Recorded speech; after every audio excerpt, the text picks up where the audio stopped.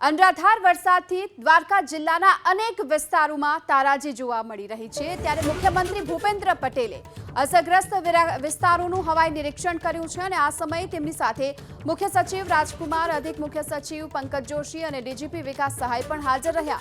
દ્વારકા જિલ્લાના કલ્યાણપુર તાલુકામાં 3 દિવસથી અવિરત વરસાદ વરસી રહ્યો છે। કલ્યાણપુર તાલુકાના લાંબા, ભોગાત, ભાટિયા, દેવરિયા, હળબતિયા, કેશવપુર, ટંકારિયા આ તમામ ગામો એવા છે જ્યાં જળબંબાકારની સ્થિતિ જોવા મળી રહી છે। આ સાથોસાથ અન્ય ગામોમાં તો 5-5 ફૂટ સુધીના પાણી ભરાયેલા જોવા મળ્યા। બજારોમાં નદીની જેમ વરસાદી પાણી વહેતા થયા હતા। એવામાં વરસાદથી સર્જાયેલી આ તારાજીને લઈ મુખ્યમંત્રીએ હવાઈ કરી અને સમીક્ષા કરી છે। હવે અધિકારીઓ સાથે બેઠક પણ કરશે। વધુ વિગતો મેળવીએ સંવાદદાતા કલ્પેશ રાવલ અત્યારે આપણી સાથે જોડાઈ ચૂક્યા છે। કલ્પેશ, મુખ્યમંત્રીએ હવાઈ નિરીક્ષણ કર્યું છે। કલ્યાણપુર તાલુકામાં જળબંબાકારની સ્થિતિ જોવા મળી રહી છે। લોકોને એવી આશા છે કે સરકાર તરફથી તેમને વળતર પણ ચૂકવવામાં આવે। અત્યારે હાલ એમનું જે એરિયલ સર્વે છે પૂર્ણ થયું છે અને તેમણે દ્વારકા શહેર અને જિલ્લાની પરિસ્થિતિનો તાગ મેળવ્યો હતો। અધિકારીઓ તેમની સાથે પણ હતા। દ્વારકા સિટી અને સાથે સાથે કલ્યાણપુર તાલુકો સૌથી પ્રભાવિત તાલુકો જે છે વરસાદની દ્રષ્ટિએ દ્વારકાનો તો એ કલ્યાણપુર તાલુકો છે અને તેમાં પણ લાંબા ગામ જે છે તેની પણ પરિસ્થિતિનો તાગ મેળવ્યો હતો। જ્યાં જ્યાં પાણી ભરાયા છે, કયા પ્રકારની સ્થિતિ છે, હવે તેઓ અધિકારીઓ સાથે, સ્થાનિક પ્રશાસનના અધિકારીઓ સાથે બેઠક કરશે અને જ્યાં જ્યાં વોટર લોગિંગ થઈ રહ્યું છે તેને તાત્કાલિક તેનો નિકાલ થાય।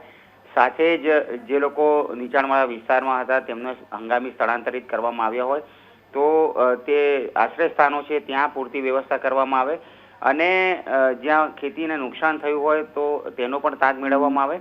આ તમામ બાબતોની ચર્ચા વિચારણા આ બેઠકમાં કરવામાં આવશે। સ્થાનિક પ્રશાસનના કલેક્ટર સહિતના અધિકારીઓ ઉપસ્થિત હશે ને તેમની સાથે વિગતવાર મીટિંગ કરવામાં આવશે।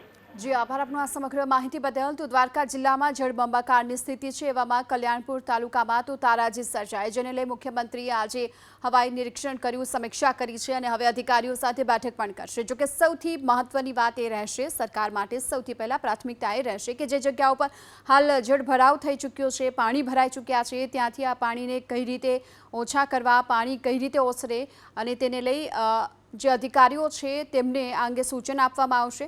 સાથોસાથ જે પૂરગ્રસ્ત વિસ્તારોમાં ફસાયેલા લોકો છે તેમનું રેસ્ક્યુ કરી તેમને સુરક્ષિત જગ્યા પર સ્થળાંતરિત કરવા અને લોકોને બને એટલી પરેશાની ઓછી કરવી એ સૌથી પહેલા પ્રાથમિકતા રહેશે સરકારની। આજે મુખ્યમંત્રીએ હવાઈ નિરીક્ષણ કર્યું। દ્રશ્યોમાં પણ જોઈ શકાય છે કે કયા પ્રકારે સમગ્ર દ્વારકા જિલ્લામાં હાલ નજર નાખશો ત્યાં પાણી જ પાણી જોવા મળી રહ્યું છે। કલ્યાણપુર તાલુકો સૌથી વધુ પ્રભાવિત થયો છે, જ્યાં સતત 3 દિવસથી અવિરત વરસાદ વરસ્યો હતો અને વરસાદના કારણે હાલ સતત જળબંબાકારની સ્થિતિ છે। એવામાં પાણી હજુ પણ નથી ઓસર્યા।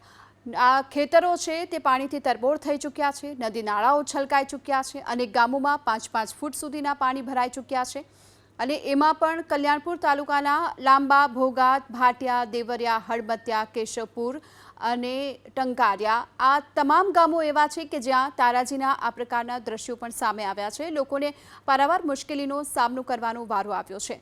સ્થાનિક નદીઓમાં પણ સતત પાણીની આવક થતાં પાણી સીધા જ ગામોમાં ઘૂસ્યા। તો બીજી તરફ દ્વારકાના શહેરની સાથોસાથ અન્ય વિસ્તારોની પણ આ જ પ્રકારની સ્થિતિ જોવા મળી રહી છે।